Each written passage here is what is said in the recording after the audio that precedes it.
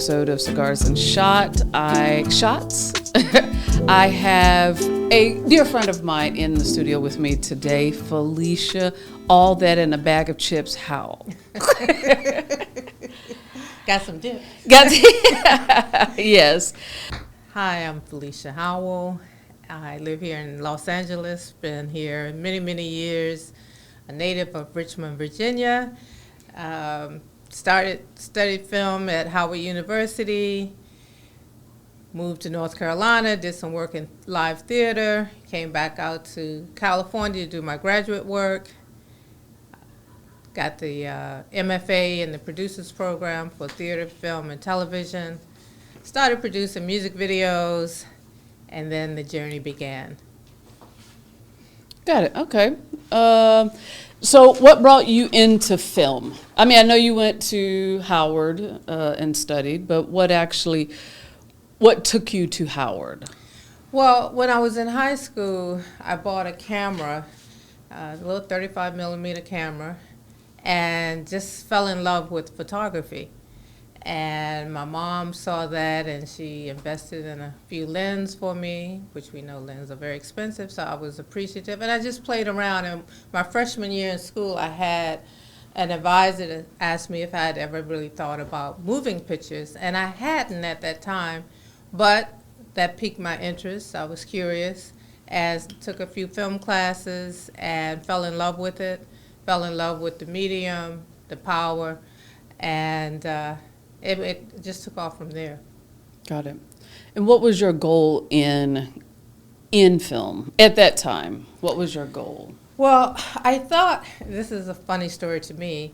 When I was at Howard, I had a professor there, Holly Garima, who became a mentor. And I think the first day of Production 101, he said, your film should bring about change for your people. And I'm thinking, and it was very politicized, and I was thinking, I just wanted to make comedies. I wanted to make people laugh. But what I appreciated and what I've taken from it over the years, yes, we want to uplift black people, people of the diaspora, and that's not just in front of the camera, but also behind the camera. So that's how I have kind of moved since then. I love black people. I want to work with black people, sometimes to my own detriment, but you got to love us. And until we get the opportunities, we're still kind of just by the wayside. But you know how we are. We will find a way to make lemonade out of lemons. So we just need that opportunity to get in there and make magic, movie magic. I literally just re-watched Nappily Ever After, especially after deciding to do this podcast. And the reason is because that's a very black ethnic title, Nappily. Mm-hmm. And we as black people have tried to get away from the word nappy regarding our hair. Which is the good hair. Yeah.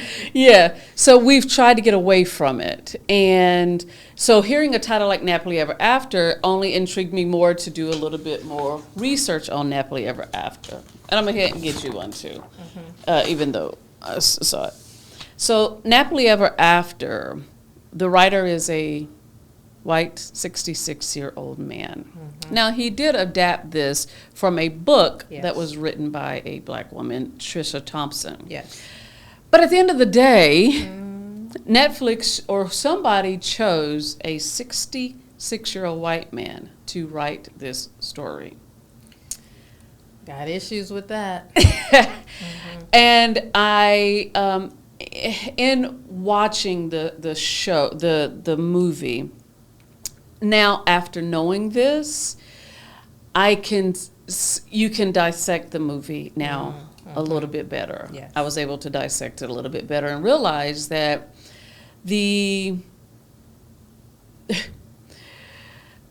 got a lot of things wrong. Even though it's played by a black female.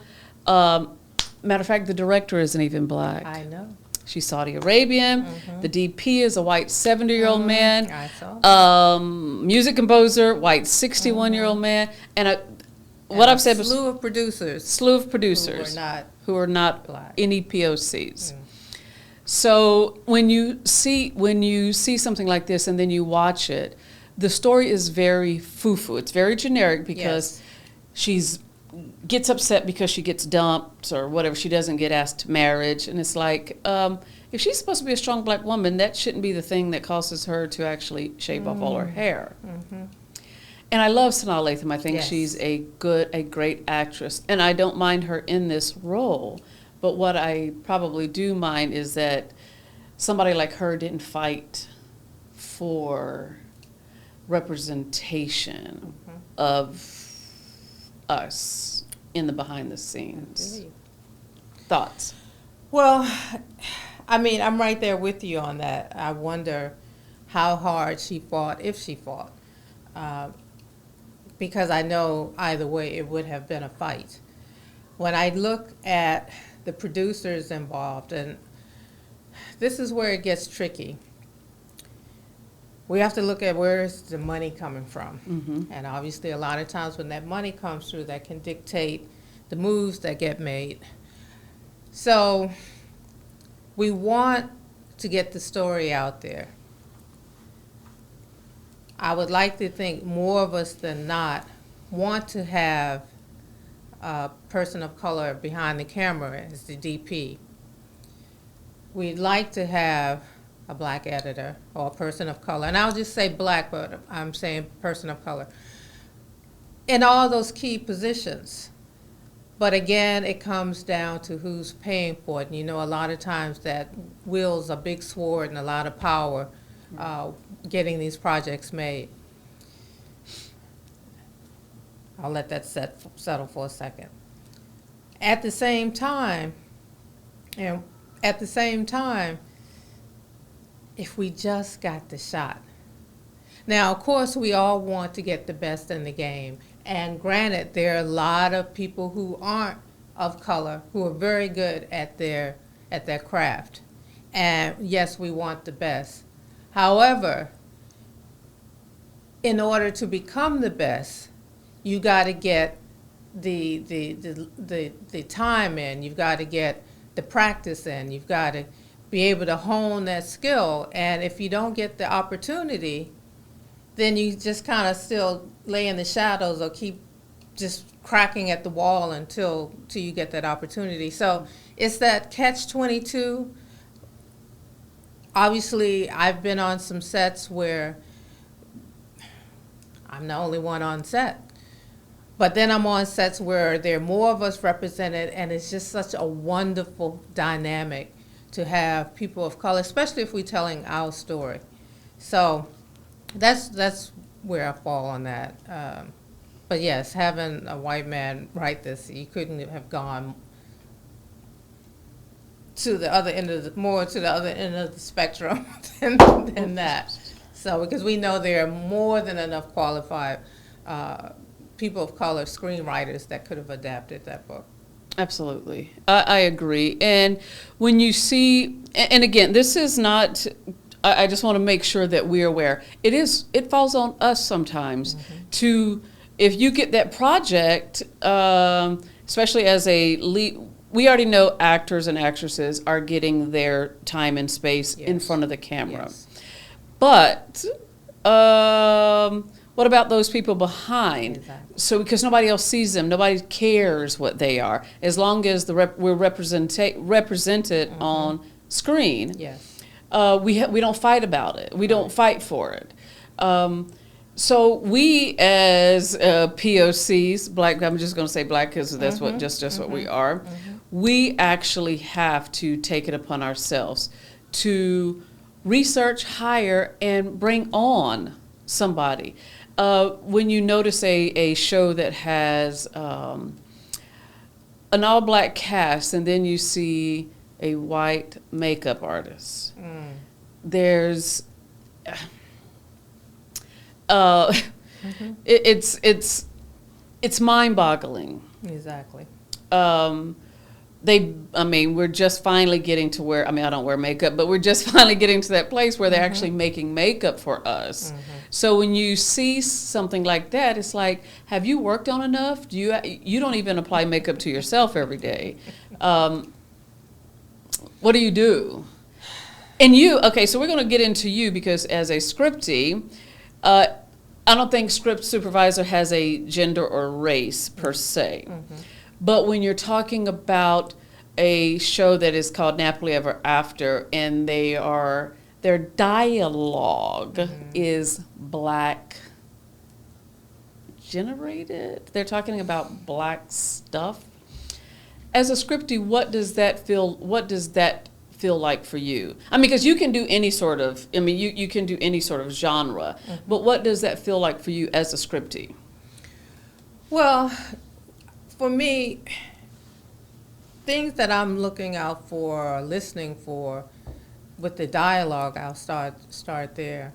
I want to make sure that it's authentic, that it's honest, because there have been times where producers have wanted it to sound more Black for what they think it is, and it's, that stereotype ghetto, broken English slang.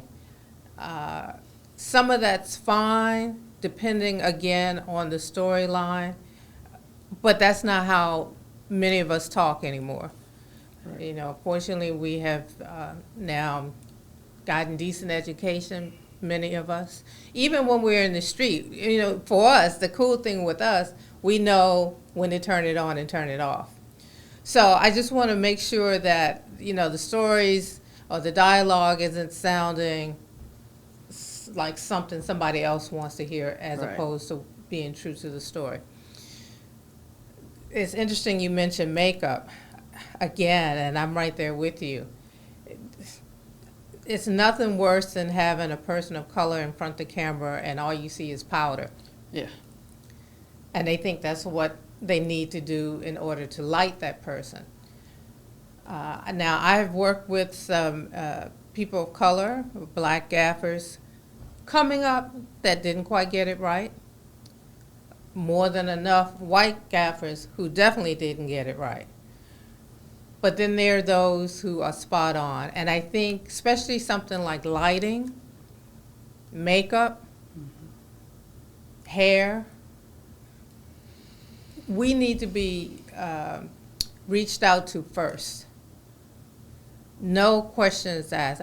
Reach out to us, because this is our world. This is what we live. This is what we breathe. So, as a script supervisor, obviously I'm looking at continuity in addition to, a lot of other things. But I just always want to make sure that the story is true to what the writer's intent was. And in this case, it was the writer of the book. Yeah.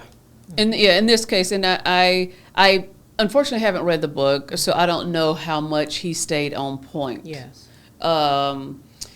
But I'd say in this book, the Black woman becomes she finds this guy that is a hairdresser, and that already comes with its own, is he gay? So.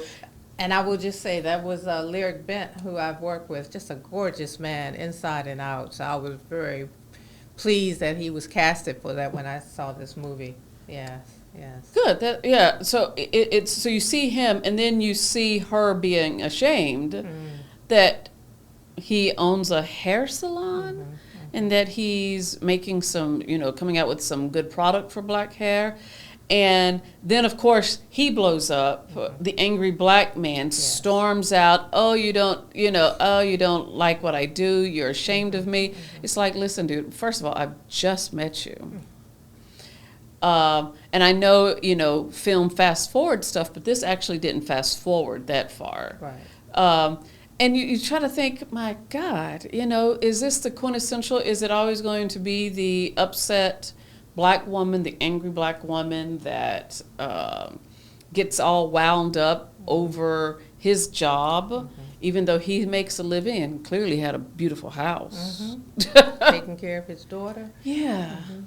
And it's like, okay, and then of course, was it Lynn Whitfield that's in it? Yes. Who I love. Absolutely, Adore. yes. She's so great. And when she comes in and faints, of course, when she sees the hair, because she's of an upscale, model. When are we ever going to get over that storyline? When I was in college, the first time I dreaded my hair, it was somewhat, well, it wasn't a trend at that time. This was many, many, many, many, many years ago.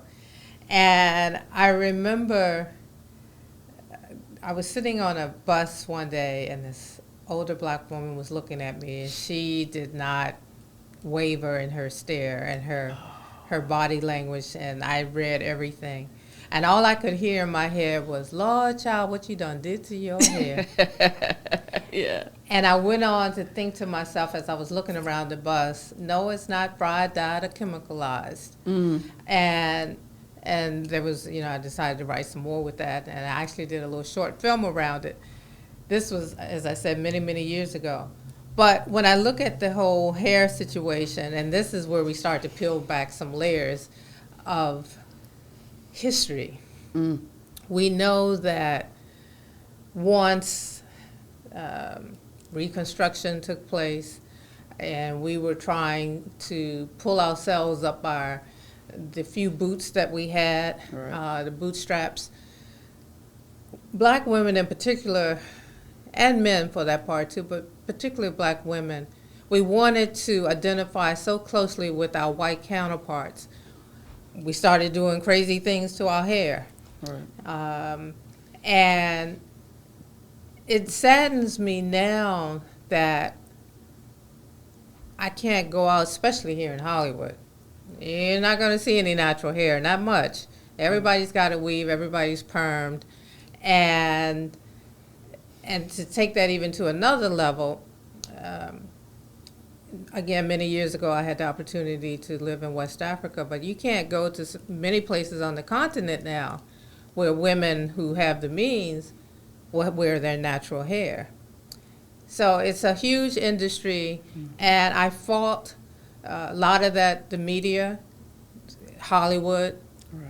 That's what they push out there. And so people who don't have access to big towns where they may have opportunities, they look to the film industry, they look to television to think, I need to look a certain way if I want to reach certain heights in my life. Oh, she had perm, she had weave, I guess I better go get one. And I find it interesting and fascinating that those who are barely paying their rent find a way to get money for that weave. Always. I'm not knocking it, because some of the sisters look very nice. And the cool thing about it for black women now, just like what we did with the pig and chitlins, we have found a way to not only create this thriving business worldwide, but one day we're on, one day we're off, one day we're this color, one day we're that color, and that's just how we can just rock and roll, and it's a wonderful thing. And you have to be fierce, you have to be brave. I'm not that fierce to do some things. I tried, I was like, no, this is not for me. But anyway, that's the thing on hair, and we can go down that path more about the whole colonizer and how we got to where we are. But so that's the story.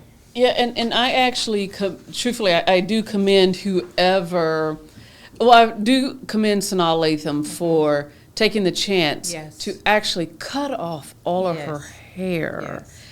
Because hair is, a lot of times it's a woman's strength. That's right. And so I commend her for deciding to chop it all off and do this film almost entirely with a bald head. Yes, and she was absolutely gorgeous. stunning. Because when she walked back in that office with that short hair, and everybody was just like, oh my God.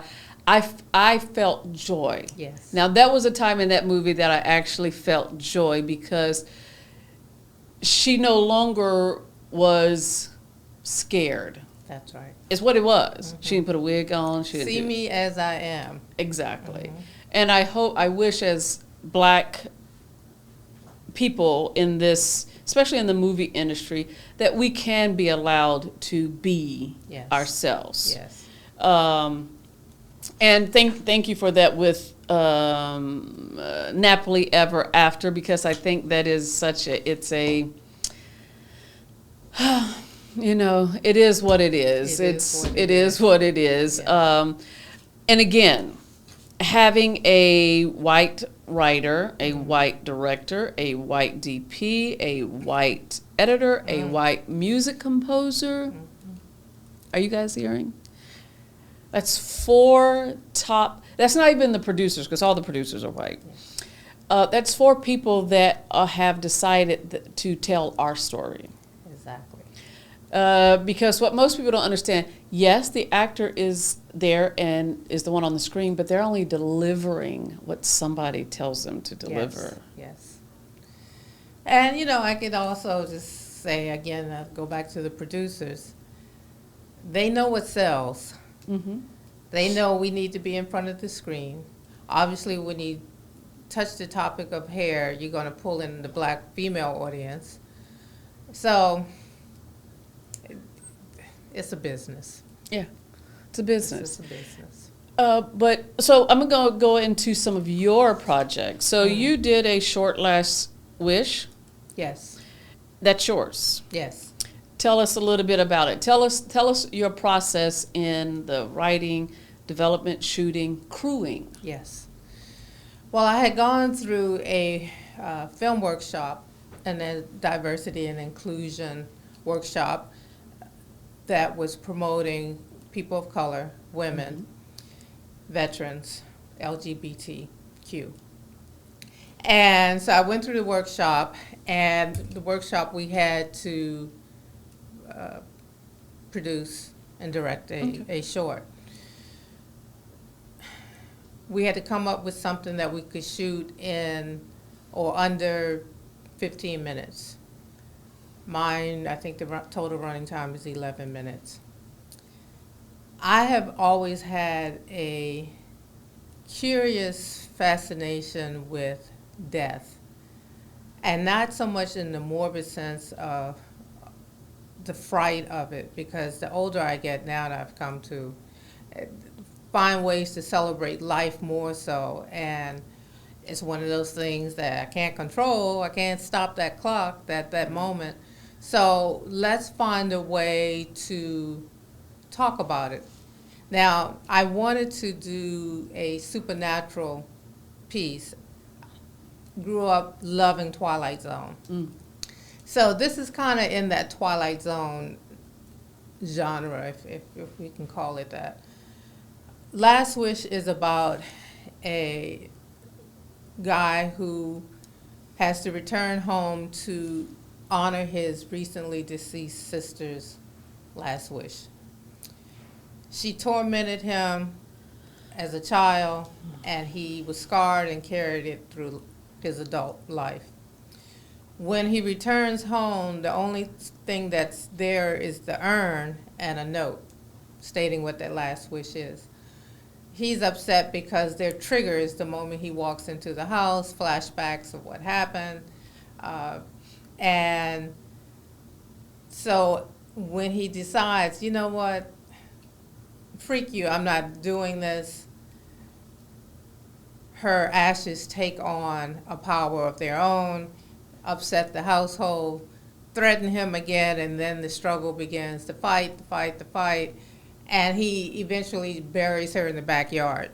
She wanted to have her ashes thrown under a waterfall in Hawaii. He was like, you are out of your mind. Now, in the part of the struggle trying to get the ashes out of the house, some escape onto the kitchen counter. He comes back in, turns the water on, pushes them down the sink, there's your waterfall. So that, it was 11 minutes.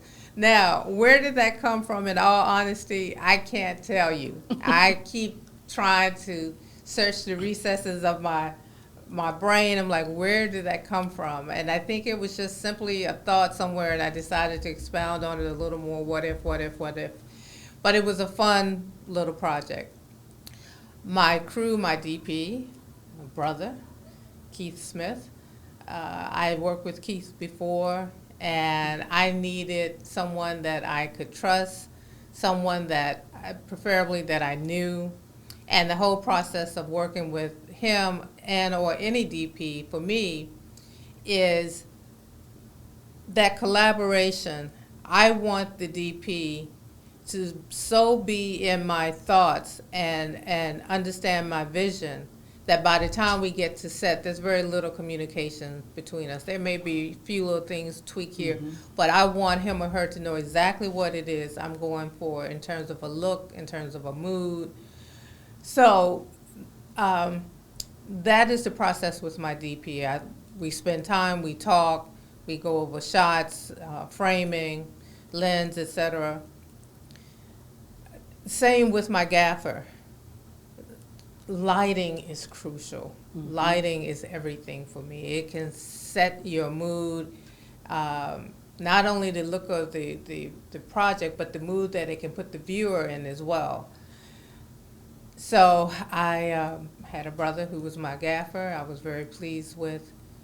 And my crew, because I came through the workshop, I also wanted to have many women on my crew. So I did have a female sound person, a female production designer, female, of course, hair, makeup, so a female script supervisor. So I had that diverse crew around me. I'd love it, just to go one step further though, when I am on some of these sets where it's predominantly black behind the scene, you can't help but to feel that family dynamic.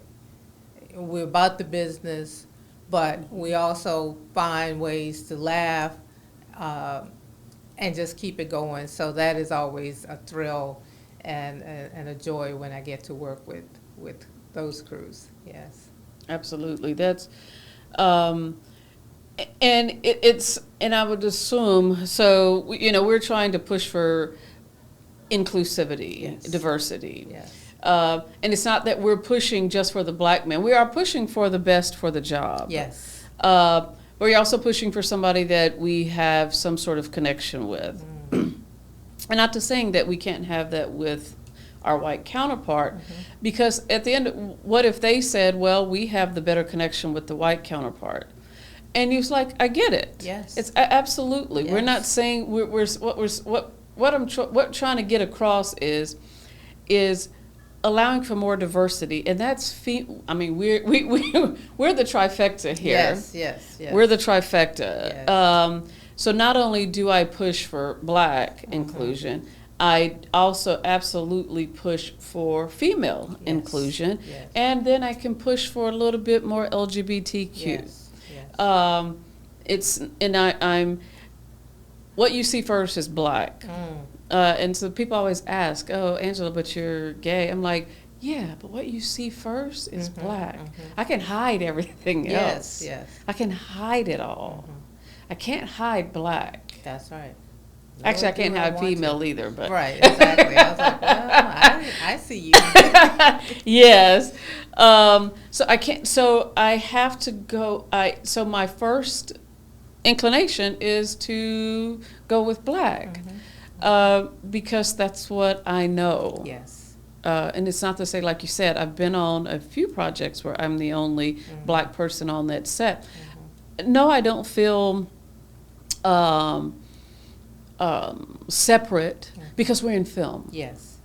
Yes. So we're all there for the one job, to get the one job done and that's right. push it through. That's right. And listen, we've been on a set that had a black back end that wasn't nice. Yes. So it's More than once. yeah. And I think in this industry sometimes Black people think that if I'm moving ahead, you can't move ahead because there's only one space here. There's not. Yeah. There's 1,000 spaces if we create them. Mhm. If we create them, there's 1,000 places. That's right. You can get to this next level, I can get to the next level. Listen, because if I get to the next level, you're getting to the next level. Mhm. That's it. That's just. I think that's just where we are. But there's that in this industry. Yes, yes. And that's probably, in some respects, across the board. But of course, we're going to stay in our lane right now. Right. We see it more because, again, somewhere along the line, folks have felt like, or still hold on to that white is right. We'll start with that. Also, one thing before I came to LA, a friend of mine told me when I was in Washington, she says, well, just be careful when you go to LA, don't get caught up in the illusion of it all. People will say hello, and the next question is, what do you do? Because people will size you up quickly and want to know what can you do for them. Absolutely. And yes, it's true. It's true. People want to know, can I get a job? Can you fund my project? Right. Can you introduce me to so-and-so? It's very real, and I understand it. Fortunately for me, I've been in it long enough, I can recognize a lot of that, where Right. that's coming from. So, yes, that's... I mean, that's, this is probably, the city is, I feel like you're always having to watch your back. That's probably why a lot of my friends in this city are not in film. Or I imagine that if I have my friends, we're not in the same position in this industry. Because it does feel like everybody is trying to get the next come up, because this is a hustler job. And it's interesting that you mentioned that, because I remember, again, before coming out, I worked on several independent projects, and everybody was just all in. What can I do to help you? What can I do? Let's just get this done. And then when I got here, it was a whole different thing. And all of a sudden, you have to be very careful what you share, because it's like, not so much now, because people understand, let me get this thing copyrighted, or let me get this thing registered with WGA. But there was that sense, that fear of they're going to take my project and run with it. And it does happen. So you have to do whatever you can to protect yourself and choose who you speak with wisely. Yeah. Because, and again, this may be cross-industry. You just have to protect your property. Yeah. So, And that's, I guess I would say that's in anyone, but this one, because, being creative is hard. And so not a lot of people do it. Not a lot of people write scripts, especially feature films. Not Yes. people have the story that nobody else has ever heard of. So when somebody hears a story, I mean, what was it? The Matrix. It was originally, the story was by the That's right. the black lady who Yes. ended up taking them to court Yes. and actually winning. Yes. Because somebody stole her idea, and they made probably billions off of So it. they're still making money. Right. Yes. Yes. It made, I'm not saying it made Lawrence Fishburne, but it for sure made Keanu Reeves. Oh, yes. Yes. So that, when you see, and how many of them did they make? I think 3 or 4. Yeah, I mean, so you figure off of this one woman's idea and what she saw, which is very rare it's not rare for a black woman to have an idea that's outside of the normal rom-com or comedy. Yes. but just like yours, having a sci-fi sort of feel to your movie is not common, unfortunately. Yes. So to have a black female have an idea like that, they probably like, oh, nobody's going to take her serious. Let's just run with this idea and make the project, and let's make millions. Yes. And they did. And they did. But then they had to pay millions out. So yeah, you for sure have to watch what you say to any and everybody, because everybody's looking for that next great idea. How do you manage that? So so you've been a script supervisor, and that's been your bread and butter. My bread and butter for the last 10 years or so, yes. In the union? Yes, I'm in the union. Yep. Local 871. Okay. What is it? Say that again? 871. Okay. That's there we go. Coast. 871. Yes. But what is it that if there was no holds barred, what is it that you would do next? Direct. I'll circle back to that. I started out working as a stage manager in theater, live theater, and which was an easy transition for me to start producing. And back in the day, I used to produce a lot of music videos.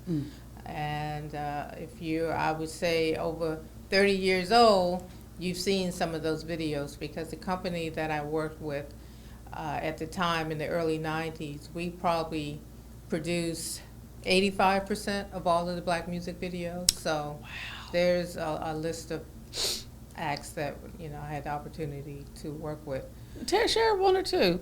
Okay. Well, I always laugh because I say, let me just run it down. So there was 1, 2, 3, ABC, BBD, TLC, SWV, Joe, Silk the Shocker, Master P, Young so you MCs. were in there. Yes. So there were a lot of artists that we had the opportunity to work with. Right. After that, then I went into advertising for a second, working as a broadcast producer, and worked with a huge ad agency in Boston. But at the time, for me, it was a little too corporate. So, especially coming from the music video world. Yes. That was a whole different structure there. Yeah. And at the same time, when you think corporate, it's pretty much just what it is. It is dotting the I's, crossing the T's. And I missed being on set. Got it. As crazy as that may sound, the long hours, right? The grueling pace, sometimes the little low money. Pay, right? So I've kind of been around sets and departments and different skill sets. So working as a script supervisor has allowed me to watch other directors work and watch their styles. And a lot of them, I've liked the choices they've made. A lot of them, I realize, don't have a clue as to what they're doing. They have gotten the opportunity, be it from daddy or uncle, say, here, go make a movie. Or a homeboy says, okay, you can do this. And I get to set, and then I have to not only hold their hand and babysit, but in some cases call the shots. So that has been frustrating. And oftentimes I'm on set and I'm looking at a scene or a setup, and I'm always asking, what would I do differently? How would I shoot this? How would I have collaborated with the team? Right. So now that's where I am. I want to direct their stories that I would love to see told, and I am very comfortable with crews, and I just want to be able to, I guess, bring my point of view to a particular story, and sit in that chair and just work with the crews. Got it. So do you have anything, so what is next in line? What what is next in line for Felecia Howell? Well, I have another supernatural piece that I have been working on. Mm-hmm. And what's happening right now, it started out as a short. Then I realized, well, if I really worked at this, I would have a feature. And then the more I wrote, I'm like, wait, this is episodic. So that is something that's in development.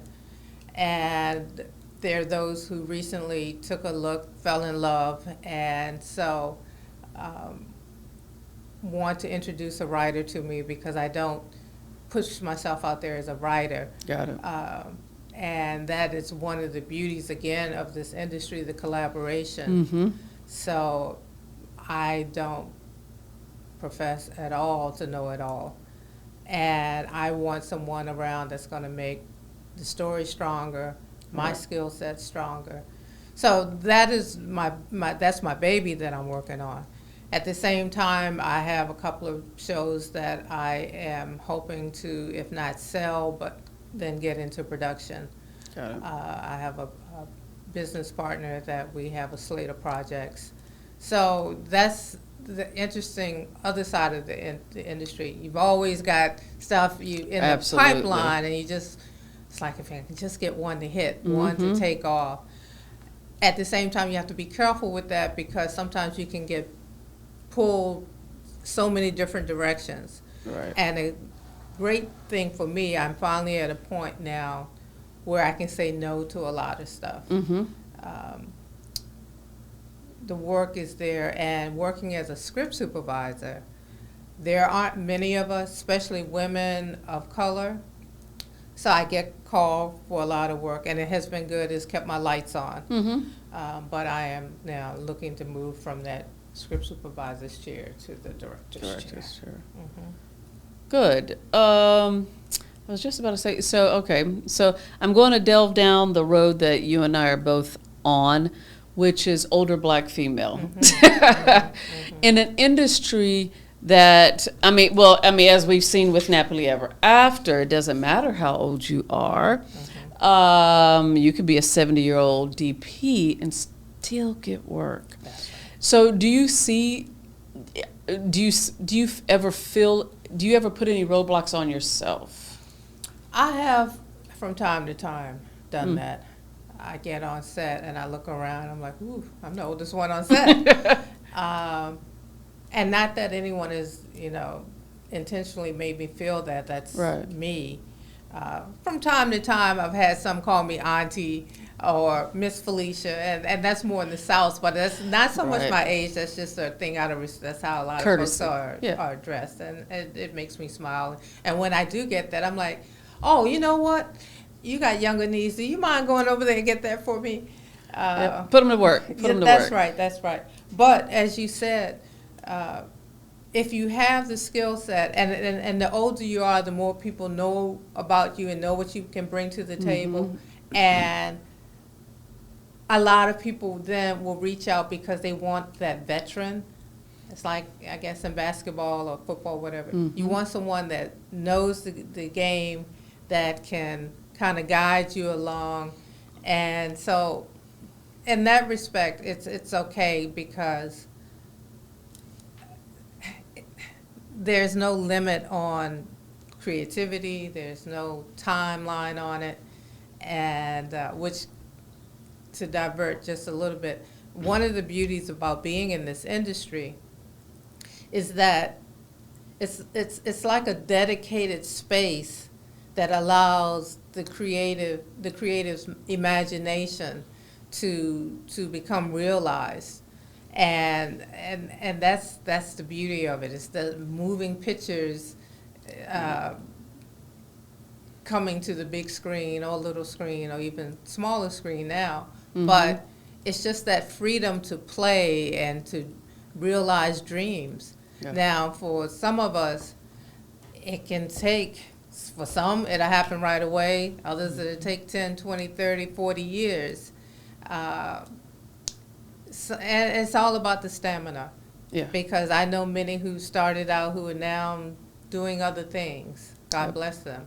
And there have been times that I've wanted to leave. I'm like, oh, you know what, I'm done. Right. But it's in my blood, it's in my spirit. I wake up morning, go to bed at night, thinking about a dream I want realized. So. Well, when you think of dreams, this is probably one of, probably half of the world, probably more of the world would love to be in our positions in Hollywood. Yes. And like you said, we've at least have had the opportunity to not go searching, have to necessarily search for jobs. Now, I've moved to a whole new state, and I've had to, network a little bit more because I don't know anybody in the city or so I've had to definitely put myself out a little bit more to get the jobs, to get the work. But we're in a creative space. There's nothing better. Yeah, for my position, I'm usually the first one there, the last to leave, unless I have somebody that can lock up or, lock down the set at night. But I am usually the first there, the last to leave. Right, that's right. So when people say, why do you do it? Because I love it. Exactly. I would do 18-hour days. And I have. Yeah. Yeah, you do 18-hour days. It really doesn't matter because you're being able to, probably you know it best, having an idea, then putting it on paper, then getting somebody to deliver that idea on screen, and then seeing it on the big screen. What does that feel like? Because it's your idea. So let's take Last Wish. Okay. Idea. Idea. Spinal. Then the concept, the process of putting it together, putting your team together. There's a lot of joy for me in the prep and the collaboration because that's when you really have to dive in and it's like that game of chess, or you have to see that direction, that path, and understand there may be obstacles. So then what do we do to, if that arises, what's our plan B? And then hearing others offer up suggestions, things that you may not have considered, and some you welcome and you say, okay, I can use some of that, and others you're like, no, but thank you. Right. And then getting into production. Now you're in the thick of it, you're in the trenches, and you got so much time to get it done and so much money to work with. For Last Wish, I have very little money, and we shot that in one day. And very little time. And I wore several hats, but I was very focused, and again because of the prep, I knew just what we had to do. Right. Now, seeing it on, and then you go into post. So now you're working with your editor and your music composer and your colorist and all of these other crafts persons who bring more to the table. And it's just, each step you're just like, wow. And I still get fascinated at it all. Yeah. And then it's complete. Right. And for me, the first time, actually it was on television where I saw it on, that was the biggest screen that I saw it on first. And you can see it on Tubi. Last Wish. It's under the Urban Horror series. It was very exciting. It was very exciting. My eyes were wide open, and you're thinking back to the day when you shot it. Oh, I remember we did this, and oh wow, look how it turned out, and ooh, did you see that shot? And Yeah, I really like that performance. Or you're like, wow, I wish I had just a little more time to have gotten another take, Right. or if we only had another lens. Mm. But interesting enough, that being the first one out of that workshop, I was very pleased with the way it turned out. And all I could think about that evening, wow, what it must be like to have a crew and money and a little more time. And I understand even on big projects, they still think like that. Yeah. But I think I may want to do one more short, but it is the feature because I love film. Yeah. Television is great, and Yeah. it's great, but it's something about a feature film Right. that I love it. But so yeah, seeing it was just very, very exciting. And then when it got into a couple of festivals and we picked up a few awards, it was like, wow, you just like, yes. So. Well, that's good. I mean, I think you, to still be in this industry after so many years, Yes. it's a testament to your dedication, your stamina, and patience. Yes. It takes Patience with yourself. patience. Yeah. It takes, because sometimes you're trying to figure out, oh, rent is coming up on the 1st. I need a gig. And I'm still, after all these years, still have conversations with my family. They think, oh, you're working with this big name and that big name. Yes, but that big name that you see is on the other side of the line, like above the line. Right. They're making a whole lot more money. And or I may make a decent amount of money on a project, but as you know, we go project to project. You don't always know when that next project's coming, so you got to stretch that money. And so, yeah, so you can't come into it just for the money. No. Because you No. will jump off a bridge at some point. Yeah. Yeah. I mean, at some point you assume that, that you'll get on a steady Yes. gig. Yes. We go on episodes. Yes. We're Law and Order 24 years in. Can you imagine? 24 years into Law and Order SVU, and you imagine I think that's every one of our dreams is to Yes. get on a job that we don't. We work for 9 months and Hey, 3 months we're 3 doing months our- off. our Yeah, other things. right. So you pray, and at some point you have to know that that's what's going to come your way. Yes. And And back to stamina and patience, because if you play the long game, you pretty much will get there. yeah. Yeah. So. Yeah. It's getting there, and we are. You want to give some closing remarks? Give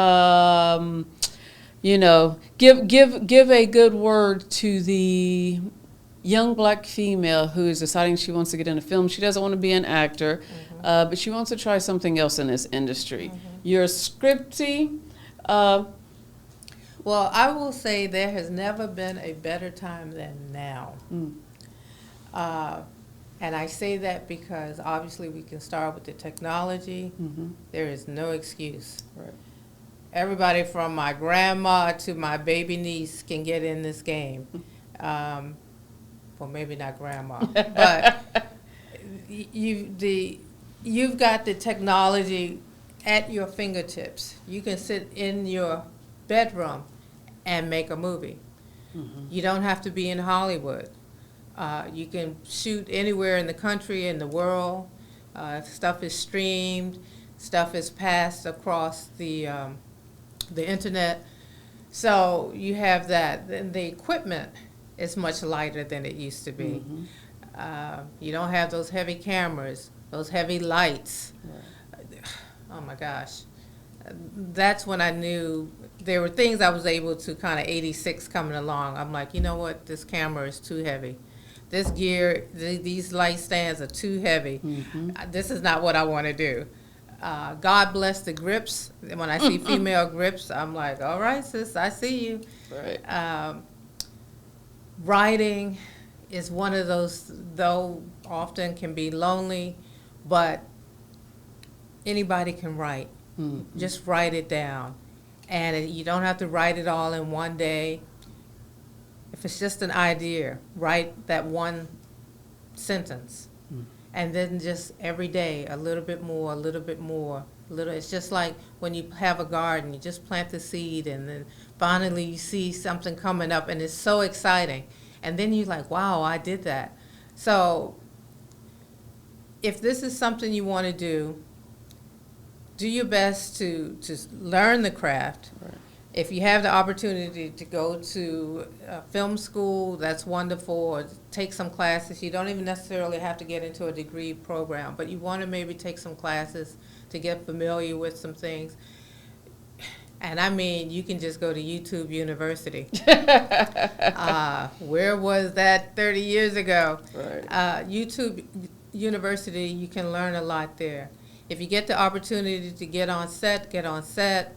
If you come on as a PA, take the time to look around at the different departments. If you see something that interests you, be it art or lighting, side up next to the people in that department. Right.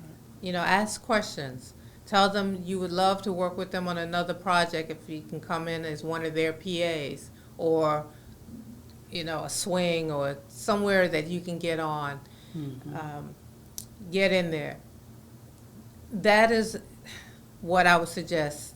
Get in there by any means necessary. Absolutely. You know, you may not have the right last name, or you might not have the rich uncle, but just keep chipping at that wall until you get it to crack and get in there. And then there is people that you just want to get to meet. You know, if you get the opportunity to get near someone you admire, ask them if you can take them to lunch. If you can come spend a day with them, then the day of, see what it is they do. Mm-hmm. A lot of people are willing to mentor you. Just there are opportunities out there. And the easy thing is you just have to make them, in a sense. Nobody's necessarily going to give it to you unless it's daddy. So you've got to make your way. Right. And get to know people, and I can't put enough emphasis on, in this industry, it's all about relationships. It's all about relationships. Somebody who might be a PA today could very easily be the producer tomorrow. So you want to hope that they remember you, and they remember, oh, I remember her. She was really a hard worker. She was curious. She was excited. Get that kid in here. Right. So, and then keep in mind, too, when you see the veterans, like Angela Burris, who works very hard and who is very good at what she does, and if you ever get the opportunity to work with her or have her on your set, by all means, hire this woman, because she will help you get that project done. There we go. There we go. Well, I appreciate you coming in, Felecia. I know this was a trek down here. It's like you're long distance. In LA, you can be long distance in the same city. Yes, It could take you a good hour just to get down from the valley to way down here. Well, thank you for having me. Yes. Well, that ends this episode, everybody. We appreciate Felecia Howell coming to our set.